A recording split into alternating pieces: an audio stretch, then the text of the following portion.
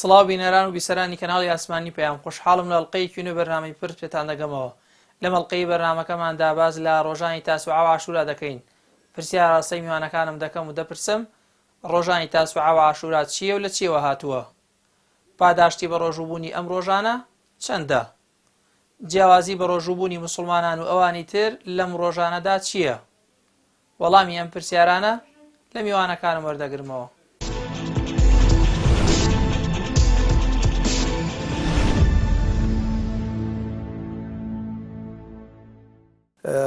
عاشورا لە ئەسڵا زانەکانە فەرموون شەوی عاشورا بە بەڵام دوایی ئەم ناوە بڕاوە بەسەر ڕۆژی عاشورایە کە ڕۆژی هەینی و ڕۆژی شەممەکە ئەم جومعە و شەممەی کە لەبەر دەمانایە. لە پێش ئیسلامە گاورەکان و جوولەکەکان و هەتا قوڕەیشیش ئەو ڕۆژان بە ڕۆژێکی گەورە داناوە تیا بە ڕۆژوو بوون. لە ڕۆژی دەی مانگا دەی محەڕەما بە ڕۆژوو بوون و بە مانگێکی حرامیان زانیوە. لە پێش ئیسلامیش ئەو مانگە هەر حرام بوو کە کوشتاری تیا بکرێت کە جەنگ و شەڕی تیا بکرێت و لەو ڕۆژا بە ڕۆژوو بوون. پێغەمبەری صلی الله علیه و سلم لەگەڵ ئەوانە بە ڕۆژوو بووە، لەگەڵ قوڕیشا بە ڕۆژوو پێشەوەی بێ بە پێغەمبەر بە گەنجەتی لە پێش عمری 40 ساڵیە پێغەمبەری خوا صلی الله علیه و سلم بە ڕۆژوو بووە لەگەڵیانە. لەو ڕۆژا بەرگی کەعبەیان گۆڕیوە قوڕیش، ئەوەندە بە ڕۆژێکی پیرۆزیان زانیوە بەرگی کەعبەیان گۆڕی، چۆن ئێستا لە ڕۆژی عەرەفای گۆڕن ئەو کاتە لە عاشورای گۆڕیانە لە ڕۆژی دەی محەڕەمە. و پێغەمبەر صلی الله علیه و سلم ئەم مانگەی بە مانگێکی زۆر گەورە داناوەکو باسیەکەم ئینشاءڵڵا بەسمە بەسم پێوە کە ڕۆژەکە لەوە هاتووە کە دەی محەڕەمە و ئەو ڕۆژەیە کە موسا سەرکەوتووە بەسەر فیرعەونەوە، ئەو ڕۆژەیە کە فیرعەون و جەیشەکەی لە بەحرا غەرق بوون و مژدەیەکی خۆش بۆ خەڵقی سەرعەرز بە تایبەتی بۆ ئەوانەی کە لە ژێر چەپۆکی ئەوان نابوون. ئەو ڕۆژە ڕۆژی دەی مانگ بووە و پێغەمبەر صلی الله علیه و سلم لە پێشەوەی بێتە پێغەمبەر بە ڕۆژوو بووە، پێشەوەی هیجرەت بکا بە ڕۆژوو بووە، بەڵام فەرقی هەبوو. پێشەوەی کە بێتە پێغەمبەر هەر وەکو عورف و عادەتێک و لەگەڵ قوڕیشا بە ڕۆژوو بووە لەبەرەوەی کە عەشیرەتی خۆی بوون و هەموو کە سوکاری بە ڕۆژوو بووە، ئەویش بە ڕۆژوو بووە. بەڵام دوای ئەوەی کە وەحی بۆ هاتووە بە وەحی بە ڕۆژوو بووە، هەر لە مەککە بووە، هەر لە مەککە عاشورای گرتووە پێغەمبەر صلی الله علیه و سلم وەکو زانەکان باسیەکەن. و دوای ئەوەش کە هیجرەتی کردووە لە مەدینە شەرگرتوێتی هەتا ئەو ساڵی ئەخیر کە لە ئەخیر ساڵی تەمەنیا وەکو لە ڕیوایەتەکەی عەبدوڵڵای کوڕی عەباس هاتووە تیان ئەی پێغەمبەری خوا ئەمە ڕۆژێکە جوولەکە بە گەورەی دانێن تۆ بۆ بە ڕۆژەوەی پێغەمبەر فەرمووی ئێمە مخالفەی پێچەوانەی ئەوانەکەین، پێچەوانەی جوولەکەکانەکەین ئەگەر ماین بۆ ساڵەکان نۆهەمیشی لەگەڵ ئەگرین. بۆیە نۆهەمیش هەر بۆتە سونەت بۆ یەک ڕۆژ نەبێ بەتەنیا، چونکە ئەگەر یەک ڕۆژ بیا ساکەوتە جومعەوە جومعەش بەتەنیا سونەت نییە بە ڕۆژووبی، یانەکەوتە شەممەوە شەممە بەتەنیا سونەت نییە بە ڕۆژووی. بۆیە پێغەمبەر فەرمووی ئەگەر مام بۆ ساڵێکی کە ئینشاءڵڵا نۆهەمیشی لەگەڵ ئاگرن. بەڵام پێغەمبەر صلی الله علیه و سلم نەگەیشتە ساڵی داهاتوو کۆچی دوایی کرد. ئەو ڕۆژە ڕۆژێکی گەورە بووە، پێغەمبەر صلی الله علیه و سلم خەڵقی هانداوە کە تیا بە ڕۆژوو بن بۆ خۆشی بە ڕۆژوو بووە. بەعزێ لە شافعی مەذهبەکان زانایانی مەذهبی ئیمامی شافعی ڕەحمەتی خوایان لەبێ و بەعزێکی لە مەذهبی ئیمامی ئەبوو حەنیفە وان دیارە زۆربیانن ئەفەرموون ڕۆژی دەی عاشورا یعنی نۆ دە هەردووکیان نۆ دەی عاشورا فەرزە، سونەت نییە، فەرزە.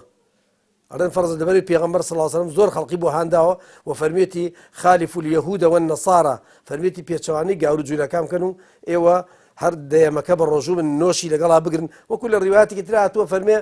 یانزەشی لەگەڵا بگرن. پێغەمبەر فەرمێ یوما قبله ئەو یوما بعده،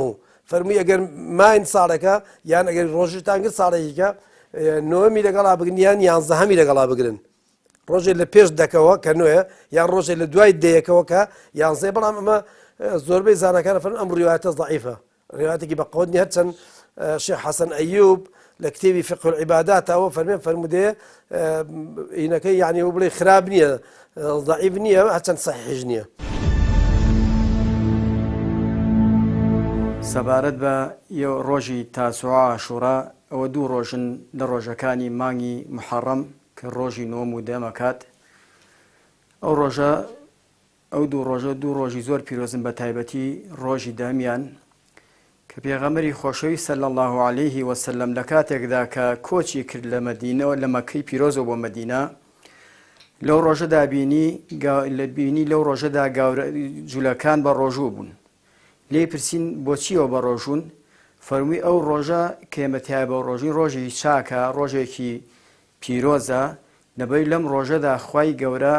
موسا پێغەمبەر درودی خوای لەسەر لەگەڵ گەلەکەی ڕزگاری کرد لە دەست فرعونی تاغی و زاڵم کە بە شێوازی جۆراوجۆر ئازار و ئەشکەنجەی گەلەکەیەدان کە نێرینەکانی سرە بڕین و مێینەکانی هێشتەوە بۆ خزمەتگوزاری خۆیان. لەبەرەوەی ئەو ڕۆژیان بە جەژن دانابوو لای خۆیان و ڕۆژی گەورە و پیرۆزیان نەزانی. پێغەمبەر صلی الله علیه و سلم فەرمووی ئەنا حەقو بی موسا منکم، فەرمووی من لە پێشترم بۆ موسا پێغەمبەر درودی خوای لەسەر لێوە، لەبەری پێغەمبەران بەگشتی هەمویان برای یەکترین. پێغەمبەر صلی الله علیه و سلم خۆی بە ڕۆژوو بوو و فەرمانیشی دا کە بە ڕۆژوو بوون. سەحابە ڕەزکان درود ڕەزامەندی خویان لەسەر بێت. و اینجا ئەو ڕۆژی نۆی تاسوعا و نۆی عاشوڕا کە وەکو وتمان دوو ڕۆژن لەو دوو ڕۆژەی مانگی محەڕەمی پیرۆز، پێغەمبەری خۆشەوی صلی الله علیه و سلم لە یەکەم ڕۆژی محەڕەمدا کۆچی کردووە لە مەکە بۆ مەدینە لەدەست قوڕەیشەکان، لەدەست کافر و زاڵم و تاغوتەکانی گەلەکەی خۆی، کە ئەو ڕۆژە بە ڕۆژێکی مێژووی وەرچەرخاند ئەژمارەکرێت لە مێژووی ئیسلامدا کە هەموو ساڵێک کە ئەو ڕۆژە بە سەرەتای ڕۆژی کۆچکردنی پێغەمبەر صلی الله علیه و سلم دانراوە، کۆچکردن لە کوفرەوە لە وڵاتی کوفرەوە بۆ وڵاتی ئیمان. و ئەو کۆچکردنەش کاتێکی دیاریکرا و شوێنێکی دیاریکراوە بۆ هەمیشەی نەبوو کە کاتێک خوای پەروەردگار فەتحی مەکەی هێنا پێشەوە لە سەردەستی پێغەمبەری خۆشەوی صلی الله علیه و سلم هەواڵە شوێن کەوتوەکانیدا ڕەزامەندی خۆیان لەسەر بێ، فەتحی مەکە کۆتایی هات، دوا بە دوا پێغەمبەر صلی الله علیه و سلم فەرمووی کۆچکردن نییە لە دوای فەتحی مەکە، واتە بۆ معنی چونکە مەکە بوو بە دارولئیسلام، بەڵام لە هەر کات و ساتێکدا شێوازێکی وا بڕەخسێت بۆ موسڵمانان ئەگەر بێت و نەتوانن شعارەکان و دروشمەکانی ئیسلامی تێ ئەنجام بدەن، ئەتوانن بە هەماشەوە بۆ کاتێکی دیاریکرا و شوێنێکی دیاریکرا و کۆچ بکەن بۆی شیعار و دروشمەکانی ئیسلام بتوانن بپارێزن. و زانایان ئەم ڕۆژی تاسوعا عاشوڕیان پۆلیان کردووە بە سێ بەشوانێ. هەندێکیان ئەڵێن ڕۆژی نۆم و دەم و یانزەمیش بە ڕۆژوو بیت باشە، و هەندێکیان تەنها نۆهەم ڕۆژ و دەیەم ڕۆژ. لەبەر پێغەمبەر صلی الله علیه و سلم خۆی ڕۆژی دەیەم بە ڕۆژوو فەرمووی ئەگەر ماموانێت لە دنیادا ڕۆژی نۆمی بە ڕۆژوو بم، هەندێک لە زانایانیش تەنها ڕۆژی دەیەمیان داناوە بۆ بە ڕۆژوو بوون. لەبەری پێغەمبەر صلی الله علیه و سلم خۆی لەو ڕۆژەدا هەر بە ڕۆژوو بووە. جا لەبەرەوە بەڕاستی ئەمە خێر و پاداشێکی زۆری هەیە، موسڵمانان توانیان هەرچێ شێوازێکی هەرچێکیان توانی گرنگەوەی خۆیان بێبەش نەکەن لەو ڕۆژوە. ڕاستیدا بۆ وەڵامدانەوەی ئەم پرسیارە دەربارەی ڕۆژی تاسوعا واتە نۆیەمی مانگ و هەروە عاشوڕا واتە دەیەمی مانگ پێویستە لە پێشتا گەڕێینەوە بۆ لای قورئانی پیرۆز کە ئاماژەی بە مانگەکان کردووە. خوای پەروەردگار لە قورئاندا لە سوورەتی ئەتەوبەدا لە ئایەتی 36 دەفەرمێ إن عدة الشهور عند الله 12 شهرا في كتاب الله يوم خلق السماوات والأرض منها 4 حرم. خوای پەروەردگار پێمان دەفەرمێ بەڕاستی ژمارەی مانگەکان لەلای خوای پەروەردگار لە یەکەم ڕۆژەوە کە خوای پەروەردگار دروستی کردووە لە لەوح المەحفوظدا بریتیە لە 12 مانگ و هەروەها لەو 12 مانگە 4 مانگی تێدا هەیە کەوا بە مانگە بەرز و پیرۆزەکان ناسراون. ذلك الدين القيم ئەوە دینی هەرە ڕاستی ئێوەیە کە خوای پەروەردگار نادوێتی خوارەوە فلا تظلموا فيهن أنفسكم. پاشان ئێمە لێرەوە لە ڕوانگەی ئەم ئاەتەوە بۆمان دەرئەکەوێت کە بەڕاستی مانگی محەڕەم مانگێکی پیرۆز و مبارەکە و هەروەها مانگێکە کەوا دەست پێ دەکات بە سەرەتای ساڵی کۆچی موسڵمانان و هەروەها ڕۆژی عاشوڕا ئەتاسوعا واتە نوێمینی مانگی محەڕەم و هەروەها عاشوڕا واتە العاشر من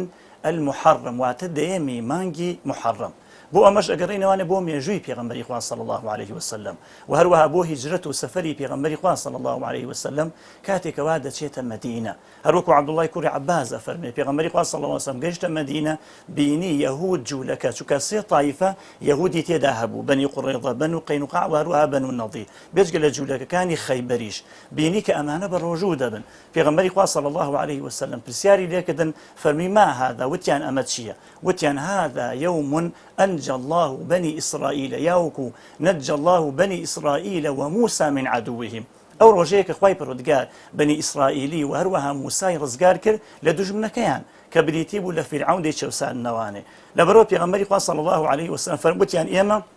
هذا يوم صالح أما روجك شاكا ما يمتيدا بروجو دبين وبيغمري خواه صلى الله عليه وسلم بيفرمون نحن أحق بموسى منكم وتي إيما أحق تريكين بموسى لإيوة لبرو بيغمري خواه صلى الله عليه وسلم فصامه وأمر بصيامه بروجوب وهروا فرماني شكر كوا بروجوب بويا بيغمري خواه صلى الله عليه وسلم عاشوراي قرتوا يعني تاسعاء بديتيا لروجو كردني إنه من روجي مانجي محرم وعاشوراء بديتيا لروجو قرتني ديمي مانجي محرم وبيغمبري خواه صلى الله عليه وسلم تنانت بيش هجرتش دفرمون بروجو بوا وعائشة رضاي خوالي بيفرمي خلقي جاهلي بروجو بون بويا لو روجو مسلمانان قريجان داوا بديمي عاشوراء وهروها تيدا بروجو بون لبر أويك وأزجو باداشيان للاين خواي پروردگارو بيكمان دز بكوت بێگومان ئەم دوو ڕۆژە کە لە مانگی محەڕەم دان ڕۆژی نۆهەم و دەهەمی مانگی محەڕەم کە پێیان وترێت تاسوعا و عاشوورا پێش ئەوەی کە بچینە سەر ناوەڕۆکی بابەتی تاسوعا و عاشوورا پێم خۆشە ئیشارە بە یەکێک لە ئاەتەکانی قورئان بکەم کە خوای پەروەردگارە فەرمێ أعوذ بالله من الشيطان الرجيم إن عدة الشهور عند الله 12 شهرا في كتاب الله يوم خلق السماوات والأرض منها 4 حرم ذلك الدين القيم فلا تظلموا فيهن أنفسكم أما هذا سورة التوبة لآيات 36 خواه سبحانه وتعالى أما عربياني كدوان زمانغا بزوري مانغا عربي كانش لنوان 29 سي كم يعني سي بيغنا 29 سي بزوري قران كاريان بسراده هندق لما كان جاك لونتوا بيغمان تنهابو ما كان نية أقل تماشا بكين هندق لفريشتكاني خوا لقرآن دا ناويان هاتوا جياواز لفريشتكاني تر أو هم فريشتي خواه سبحانه وتعالى هم ناويان هاتوا هم باسي نية باسي جبرائيل هي باسي إسرائيل هي باسي إسرافيل هي أمانة تايبد من ديك يعني لنا بيغمبرانا أولو العزم هي بيغمبر موسى بيغمبر عيسى بيغمبر نوح بيغمبر خومانا بيغمبر إبراهيم ولنيو طواوي بشريتشا خواهي قورا أفضليتك يعني رزق تقديرك جوازي ببيغمبر خومان داو صلى الله عليه وسلم ولنيو ما كانشا أبنين ما رمضان هي شهر رمضان الذي أنزل فيه القرآن لبرشيا تابد من ديكي أويكا قرآن لو ما هاتو تخواروا لنيو شوكانا شو ليلة القدر معناه ليلة القدر خير من 1000 شهر لنيو روجكانا روجي جمعة معناه روجي جمعة أزوا أسمان دروس كلا وروجي جمعة قيامة دي روجي جمعة زندوب النوية روجي جمعة هم أمانة قران كاريانا كوابو تايبد من دي كان لما كان شاهية خواي پروردگار لما أتا فرمي ما هندق لما كان من جاك دوتوا لما أنا فلا تظلموا فيهن أنفسكم يعني مفهومي مخالفة أما وياك خوي جورا فرمي ظلم مستمد خوتان مكان يعني هول بدن كارو كدوي تشاكي زور لما قال لم رجعنا أنجام بدن ماني محرم كسرتاي صالي كوتشي لمحرم ودس بينكا كبيغمبر عليه الصلاة والسلام لما كوا كوتشي كدو بمدينة بوت سرتاي صالي هجري بمسلمانان ولا نيوي شدا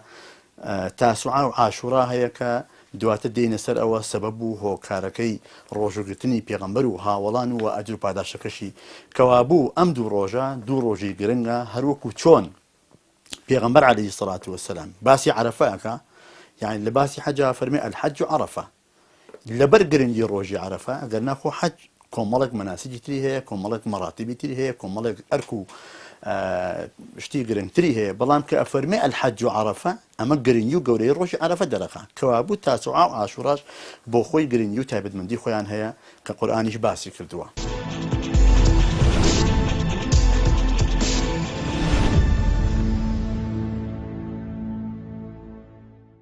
پیغمبری خواه صلی الله عليه وسلم زور بقوري باسي أم روجي كدوه وفرميتي أفضل الصيام بعد رمضان شهر الله الحرام يعني شهر الله المحرم فرمي باشترين روجو لدواء روجي رمضان روجي محرمة أو روجي كا نودي عاشوراء بابلين پێغەمبەر صلی الله علیه و سلم فرمودەی صحیحەوە فەرمووە کە ئیمامی مسلم جێڕایەتی ئیمامی نەسائی ئیمامی ئیبن ماجە ئیمامی مسلم بە ژمارەی 1163 گەڕایەتی وە لە فەرمودەی ترا پێغەمبەری خوا صلی الله عليه وسلم فەرمێت کە قەتادە گێڕایەتیەوە فەرمێ صيام عاشوراء احتسب على الله أن يكفر السنة التي قبله ڕۆژی عاشورا يعني ڕۆژی عاشورا عاشورا نوێەکەی لەگەڵایە يعني نودەیەکە پێغەمبەر فەرمێ من وا بە تەمام واشێتە عەقڵمەوە واشێتە دڵمەوە کە گوناحی یەک ساڵی ڕابردووە سەرەتەوە چونکە ئەوەندە ڕۆژێک گەورەیە و عەبدوڵڵای کوڕی عەباسە فەرمێ پێغەمبەر صلی الله علیه وسلم بڕوا ناکەم غەیری ڕەمەزان بە هیچ ڕۆژوێک ئەوەندە بە تەمای پاداش بوو بێ ئەوەندە بە تەمای پاداشتی ڕۆژی عاشورا بووە ئەوەندە بە ڕۆژێکی گەورەی زانی ئەوەندە دڵی خۆش بووە بە پاداشتەکەی و عەبدوڵڵای کوڕی عەباس زۆر باسی ئەو ڕۆژەی کردو لە زمانی پێغەمبەرەوە صلی الله علیه وسلم وەکو فەرمیێتی پێغەمبەر صلی الله علیه وسلم زۆر ڕۆژی ئەو ڕۆژەی پێ خۆش بوو هەچەند لە مانگەکان ڕۆژی زۆر گرتووە بەس عاشوراکە نەودەیەکەی لە هەموو ڕۆژەکانی تر پێ خۆشتر و پێ چاکتر بووە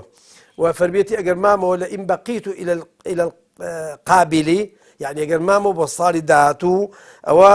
لە ئەسوومەنە يوم التاسع ئەوە ڕۆژی نۆهەمی شەر ئەگرم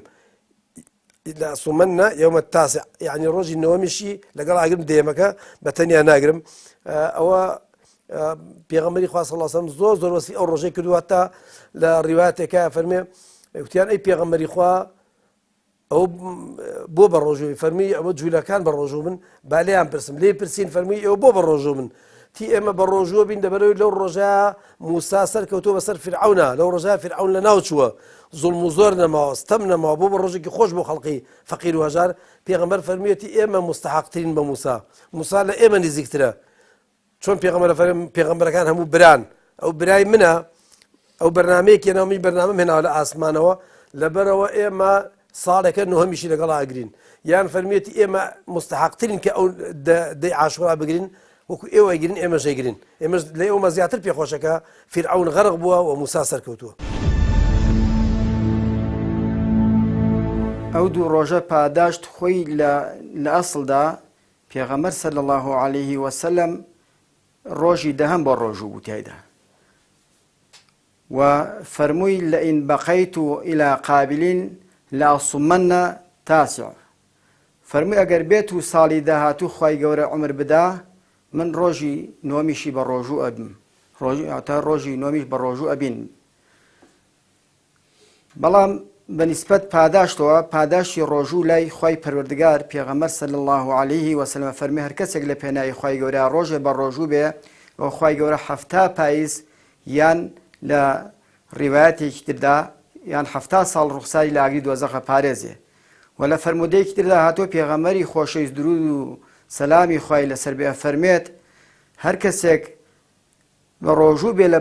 لەبەر من خوای پەروەردگار فەرمێ ئەوە من خۆم ئەزانم چۆن پاداشت چکار ڕۆژوو بۆ منەوە خۆم پاداشتی ئەدەمانێ یعنی پاداشتەکەی دیاری کراونی ئەو نە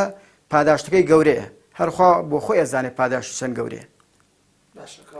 پاداشتێکی گەورەی هەیە دوو ڕۆژەگەر تێدا بە ڕۆژوو بین بەڵێ پاداشتێکی گەورەی هەیە و لەگەڵەوەشدا پێغەمبەر صلی الله علیه وسلم خۆی ڕۆژی دامی بە ڕۆژوو بوو و سەحابەکان پرسیانەی پێغەمبەر صلی الله عليه وسلم ئەم ڕۆژە گاور و جلەکان بە گەورەی ئەزان و تیا بە ڕۆژوە بن وەکو ئەوەی کە بڵێن چۆن ئێمە تیا بە ڕۆژوو بین فەرمووی ئێمە ئەگەر ماینەوە ڕۆژی نۆمیش بە ڕۆژوە بین لەبەروی بەو شوازی کە پێچوانەی گاور و جولەکان بجوڵێنەوانێ لەبەر ئەو ڕۆژە تایبەت نەبێت تەنها بە گاور و جولەکانەوانێ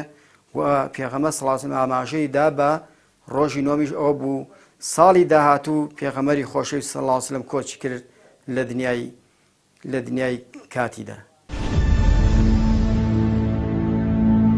ئێمەی مسلمان و ئیماندار هەمیشە وەک ئیمتیثالێک گوێڕایەڵیەک بۆ فەرمانەکانی خوای پەروەردگار وهروها گوێڕایەڵی بۆ فەرمانەکانی پێغەمبەری خوا صلی الله عليه وسلم لە مەسئلەی فەرائیضە هەمیشە ئامادەییمان تێدا هەیە بۆ ئەوەی کەوا هەر جۆرە عیبادەت و خواپەرستیە کەوا ئەرک بێ لەسەرمان جێبەجێ بکەین دوای ئەوەی کەوا عیبادەتە ئەرکیەکان لەسەرمان جێبەجێ دەکەین هەمانە پێی دەوتێ عیبادەتی تەطەوع یا وقوع النەوافل و هەروەها سونەتەکان بە مەبەستی ئەوەی کەوا ئینسانی مسلمان ئەجر و پاداشی دەست بکەوێت لەلایەن خوای پەروەردگارەوە بێگومان تێیدا بەڕۆژوو دەبێت. پێغەمبەری خوا صلی الله عليه وسلم لە زۆر شوێندا فرمودەی هەیە دەربارەی ڕۆژووگرتن، دەربارەی دەستنوێژگرتن، دەربارەی دوو ڕکات نوێژکردن. بۆیە دەربارەی ڕۆژووگرتنی ڕۆژی عاشوڕا واتە ئینسانی مسلمان لە دەی محەڕەمە بە ڕۆژوو بێ چەندەها فرمودە لە پێغەمبەری خواوە هاتووە صلی الله تعالی عليه وسلم. یەکێک لەو فرمودانە پێغەمبەری خوا فەرمێ صلی الله عليه وسلم کاتێک کە پرسیاری لێ دەکەن دەربارەی فەضلی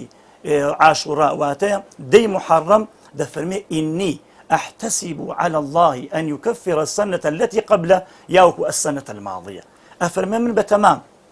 لەلای خوای پەروەردگار کەوا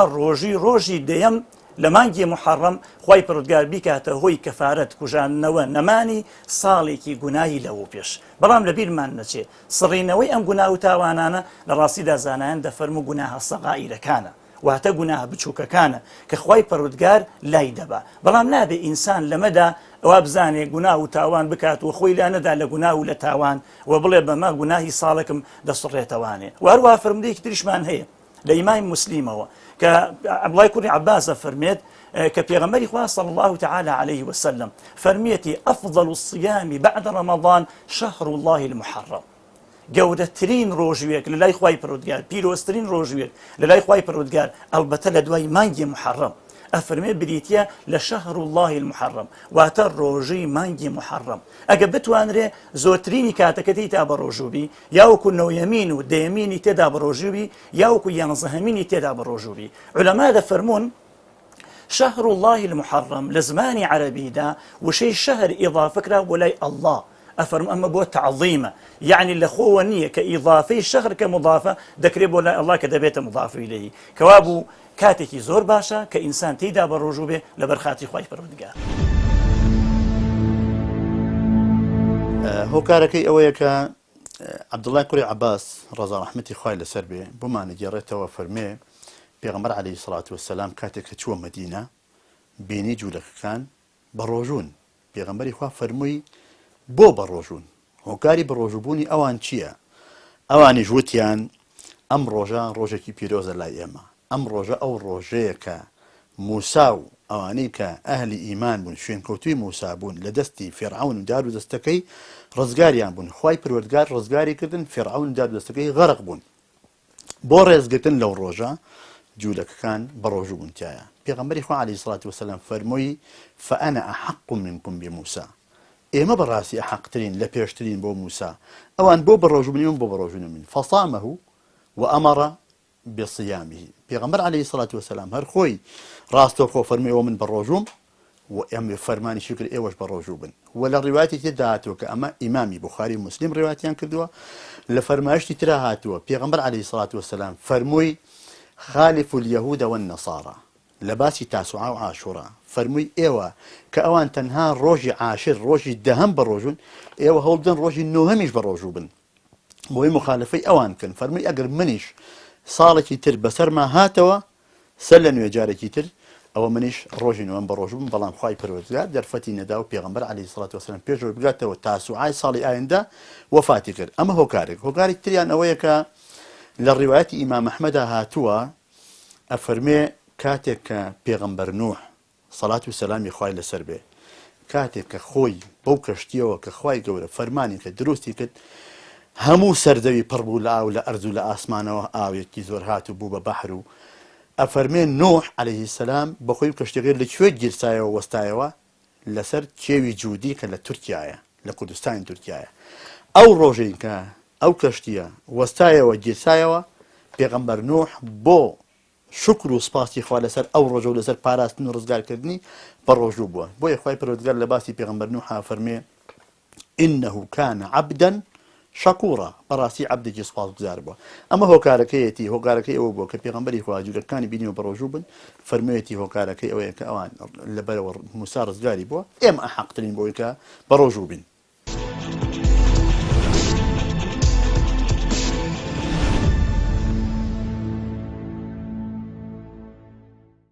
پێغەمبەری خوا صلی الله علیه و سلم لە فەرمودەی صحیحا فەرمێ جیاوازی ڕۆژی ئێمە و ڕۆژی ئەهلی کتاب ئەکەلەت السەحەر، یعنی خواردنی پاشێو، ئەوان پاشێویان نەکردووە ئێمە پاشێوەکەین، ئەمە یەکەم جیاوازیە کە پێغەمبەر صلی الله عليه وسلم باسی کرد. دووەم ئەوان تەنها ڕۆژی دێم بە ڕۆژۆ بن ئەگەر مەبەستە پێ عاشورا بێ تەنها دێم بە ڕۆژن، بەڵام سنەتە لە دینی ئێمە یاوەکو باسم کرد کە بەعزێ لە زانەکانە فەرموون فەرزیشە، بەڵام عامەی زانەکانە فەرموون سنەتە نۆشی لەگەڵا بگیرێ، نۆ و دەبگیرێ، هەر دەیەم نەگیرێ. ئەوە دوو جیاواز. سێمیان لە ڕۆژوی ئێمە ڕۆژی باڵێن دینی ئیسلام لە هەموو خواردنێکە لە هەموو خواردنێکە ئەگەر بەسیترین شتیش بێ حتا ئەگەر لە دانیشان ما بێتەوە لەسەر ڕای جمهور و زۆربەی زانەکان ئەو شتە دەربێنێتەوە لە دانیا قوتی بە، بەڵام لە لای گاورجولەکان جیاوازیە، بەعزیان هەر گۆشت ناخۆن، ڕۆژەکان تەنها بۆ گۆشتیان بۆ بەعزێ چەوری و بەعزێ شتی خۆشە، یان هەر خواردنی خۆش ناخۆن. ئەوە سێم. چوارەمیان لە دینی ئێمە پێغەمبەر صلی الله عليه وسلم فەرمووی کەسێ بە ڕۆژوو بوو من لم يدع قول الزور والعمل بها فلا حاجة لله في أن يدع طعامه وشرابه. فەرمووی کەسێک بە ڕۆژوو بێ واز نێنێ لە قسەی حەلق و مەلق، لە قسەی قۆڕ، لە قسەی خراپۆکو ئەڵێن بە کوردی خۆمان، ئەوە واز نێنێ لە خواردنەکەشی، با خواردنەکەشی بخوا، تازە هیچ خێری نامێنێ کە بە ڕۆژوو بێ خواردن نەخوا، بەڵام بچێت غەیبەت کا، بچێت درۆ بکە، بچێت جنێ و بڵێ بە خەڵقی حتا لە ماڵ و مناڵی خۆی لە ماڵ و لە دەرەوە. بۆیە یەکێکە لە جیاوازەکان ئەوەیە کە ئێمە کە بە ڕۆژوو بووین نابێ ئینسان هەستکی بە ڕۆژوو بێ، ئەبێ دەمی، ئەبێ زمانی، ئەبێ گوێی، ئەبێ هەموو ئەندامەکانی لاشەی بە ڕۆژوو من لەگەڵ نەخواردنەکەیە. چۆن لە فەرمودەی پێغەمبەر جێڕداوەتەوە کە یەکێک بە ڕۆژووە ئافرەتێک، بەڵام لەگەڵ دەرودرا إنها تؤذي جيرانها بلسانها، يعني ئەو ئافرەتە زۆر چاکە، بە ڕۆژوە بە شەو نوێژەکە خێر و خێرات دەکە، بەڵام تؤذي جيرانها بلسانها، بەڵام بە زمانی دراوسەکانی عەزەتدا. پێغەمبەری خوا فەرمووی ئەوە فهي في النار، فەرمووی ئەو لە جەهەنەمایە. ئێمە کە بە ڕۆژوو بین هەموو شتێکی حرام حەڵاڵەکانیشمان لێ حرامە بێ. لە دینی ئیسلامە کابرا کە بە ڕۆژوو بوو خێزان و هاوسەر حەڵاڵەکەی خۆشی لێ حرامە بێت تا ئێوارە، ئاوە حەڵاڵ و زوڵاڵەکەی ماڵی خۆشی لێ حرامە بێ، خواردنەکەی کاسبەکەی بە ڕەنجی شانی خۆی پیاکرد ئەوشی لێ حرامە بێ، بەڵام لای گاورجولەکان وانە، لای ئەهلی کتاب و لای غێری ئیسلام وانە. ئەنجا ئێمە چاوەڕێی پاداشتی گەورەین بۆ قیامەت دیار ئەوانیش ڕەن بێ بە هۆیەکە بگرن بە خۆڕایی نیە، بەڵام ئەو پاداشتێکی ئێمە چاوەڕێکین فەرقی زۆرە لەگەڵ ئەوەی ئەوانە. ئەوەی ئێمە تا لە عاشورا پێغەمبەر فەرمێ ساڵێکی پێش خۆی گوناه حەسەرەتەوە، ساڵێکی پێش خۆی. ئێمە یەکێکە لە جیاوازەکان ئەوەی ئێمە چاو لە پێغەمبەرەکەمان نەکەین، سنەتی پێغەمبەر فەرموویەتی بگرن، لەبەرەوە ناگرین کە فیرعون سەرکەوتووە، لەبەرەوە کە پێغەمبەر فەرموویەتی ئێوەش بگرن، چونکە شتێک کە پێغەمبەر نەیفەرمووی بە سنەتە ئێمە بە سنەتی نازانین. پاداشتی ڕۆژووی موسڵمانان لەگەڵ ڕۆژووی گاورجولەکانە جیاوازیکی زۆرە گەورەیە. یەکەم جیاوازی ئەوەیە کە